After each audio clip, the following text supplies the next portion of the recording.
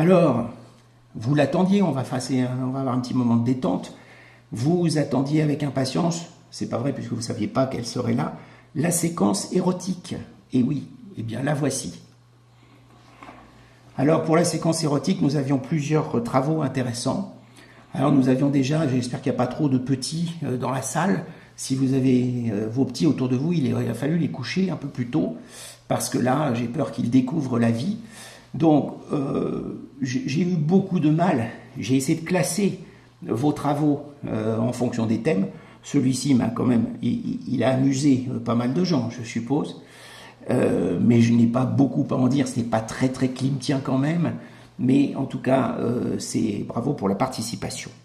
Alors toujours dans l'érotisme, et nous allons aller croissant dans cette séquence, nous avons ici un travail de Madeleine qui nous a fait une petite nuisette des plus coquettes.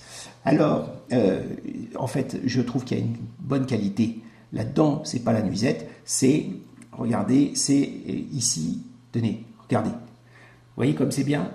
En fait, je regrette presque un peu. Je ne vais pas me faire d'amis là. Alors à chaque fois que je fais une classe virtuelle, il y a des désinscriptions. Bon, c'est dommage parce que c'est vraiment fait avec gentillesse, mais et j'aimerais beaucoup que mes commentaires vous apportent quelque chose. On n'est pas tout à fait dans l'authentique de Klimt là.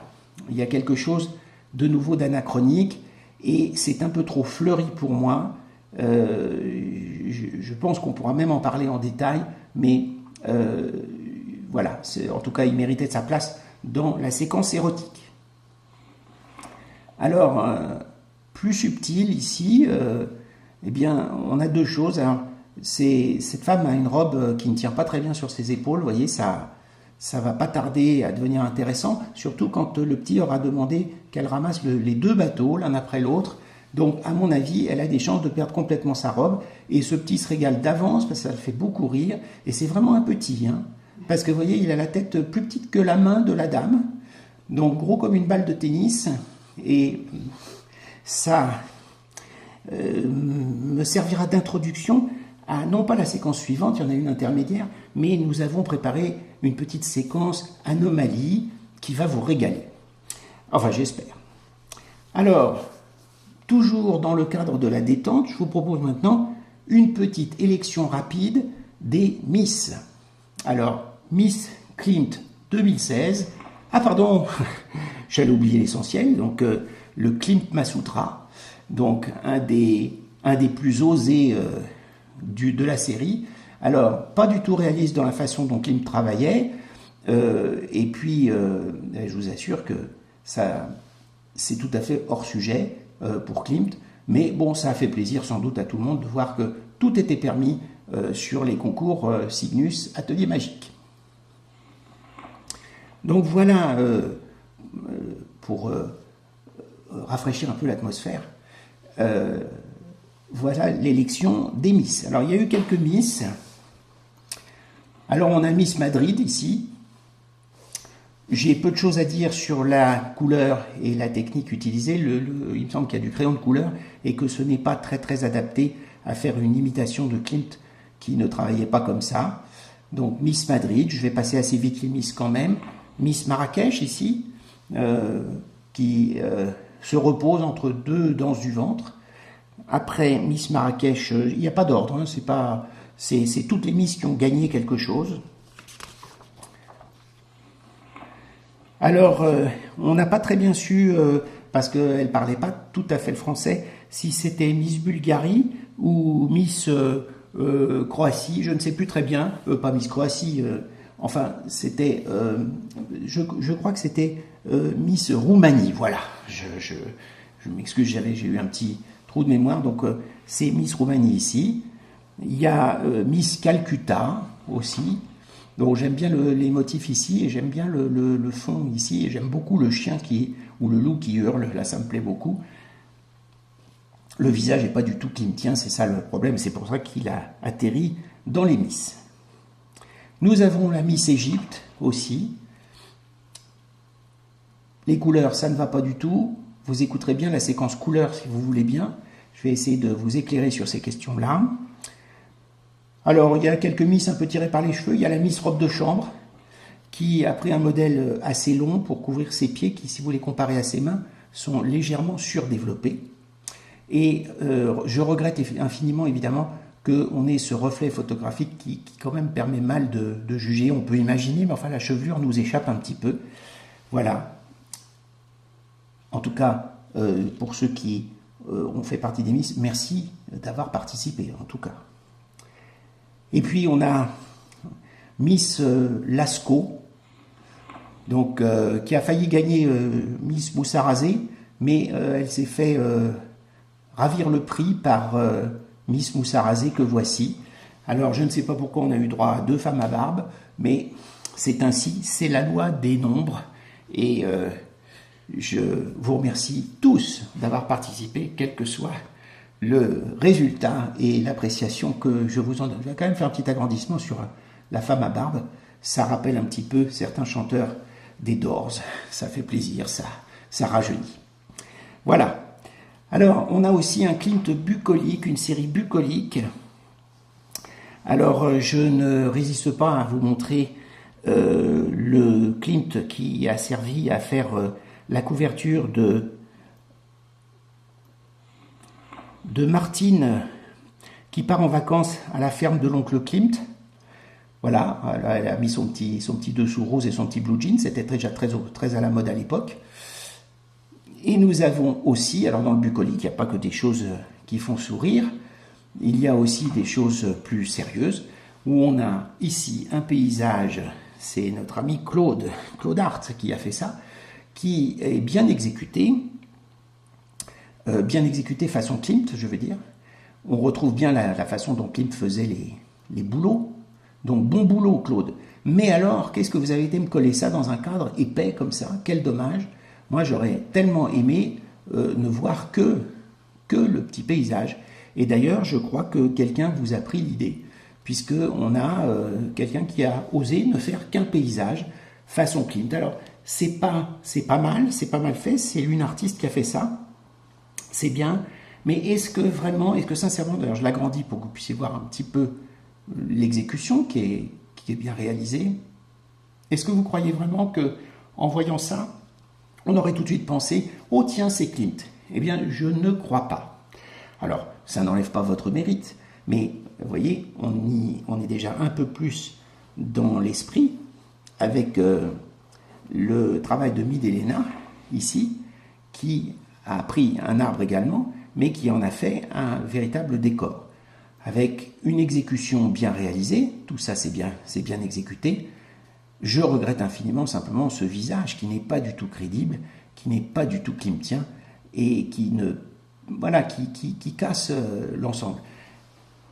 Le nombre de travaux qui ont été faits pour lesquels c'est le dessin anatomique qui vous plante est phénoménal.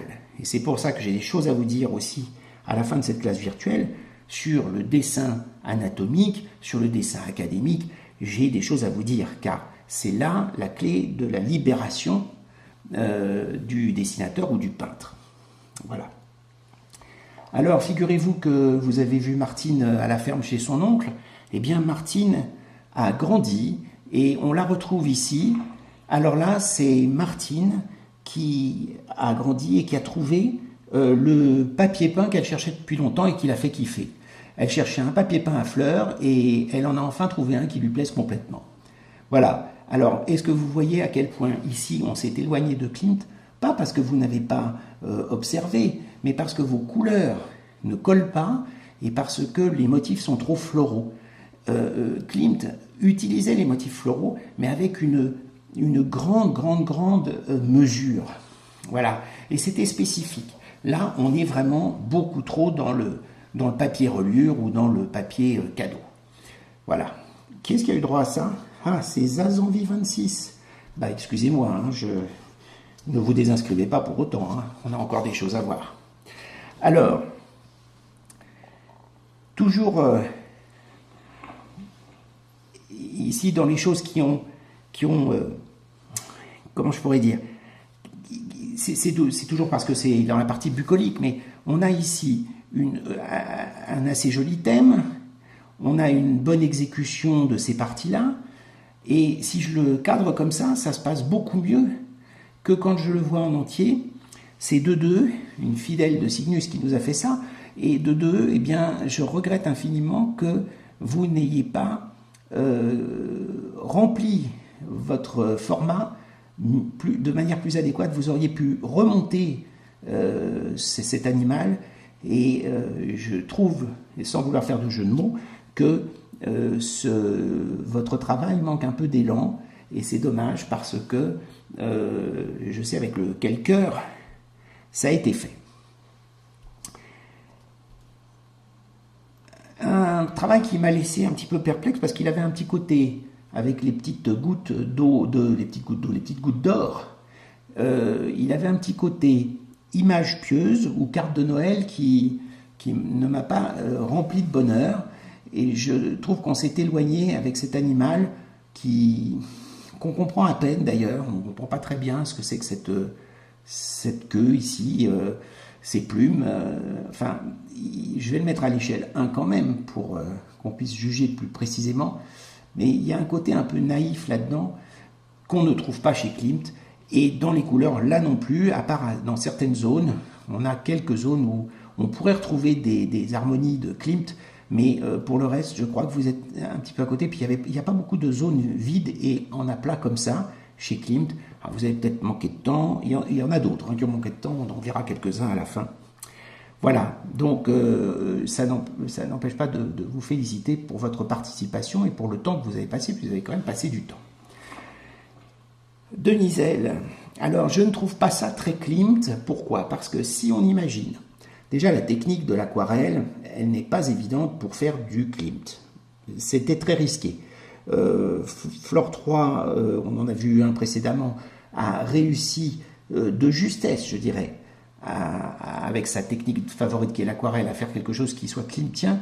Là, si on imagine qu'on enlève les quelques flocons de neige, là, il reste un petit coucou suisse pendu au mur et pas grand-chose, et j'ai peur que Klimt ne s'y reconnaisse pas vraiment, et nous non plus. Encore une fois, moi je dis, j'aime mieux voir quelque chose qui est un petit peu à côté du sujet, mais qui a été fait, quelqu'un qui a participé, que quelqu'un qui a baissé les bras. Donc bravo dans tous les cas.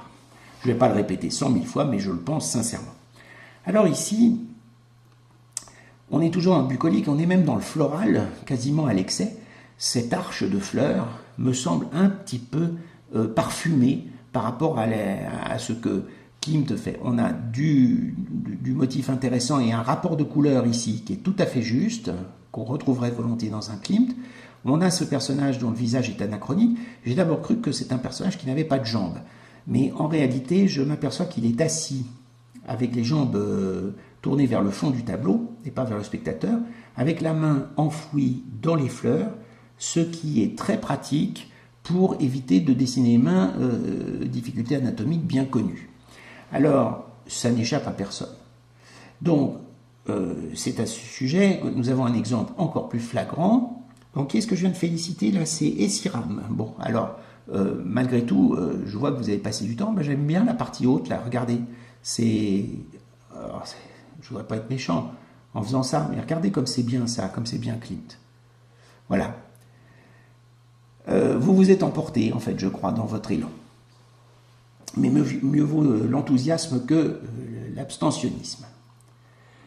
Alors là, on a le plus bel exemple de je me débrouille pour ne pas dessiner de main ni de pied. Alors on a une main derrière le coussin, l'autre derrière l'arbre. Le visage, ben, on n'en a fait qu'une partie parce qu'on a bien rempli de feuillage, comme ça il n'y a pas trop de soucis. Et alors, déjà, à mon avis, c'est peut-être une sirène. En tout cas, on ne verra ni ses jambes ni ses pieds. C'est pratique. Et surtout, en dehors de quelques volutes ici dorées, on est plutôt dans quelque chose de dalinien que dans quelque chose... Enfin, Dali ne serait peut-être pas très très content, hein, je vous le dis franchement, mais on est un peu plus dalinien que klimtien.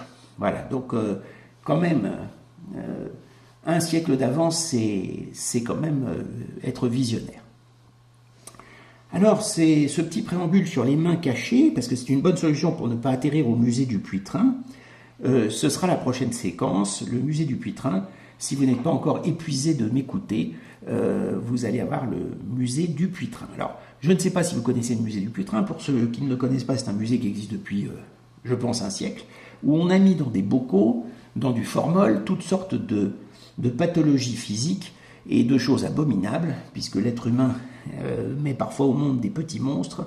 Eh bien, au musée du Putrin, on en a un certain nombre. Alors, il y a toutes sortes de choses, mais c'est particulièrement épouvantable comme musée.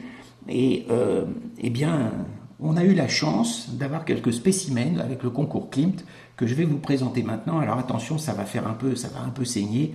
On va pouvoir compter les désinscriptions. Non, surtout, ne vous désinscrivez pas. C'est le baptême du feu, ce n'est que ça.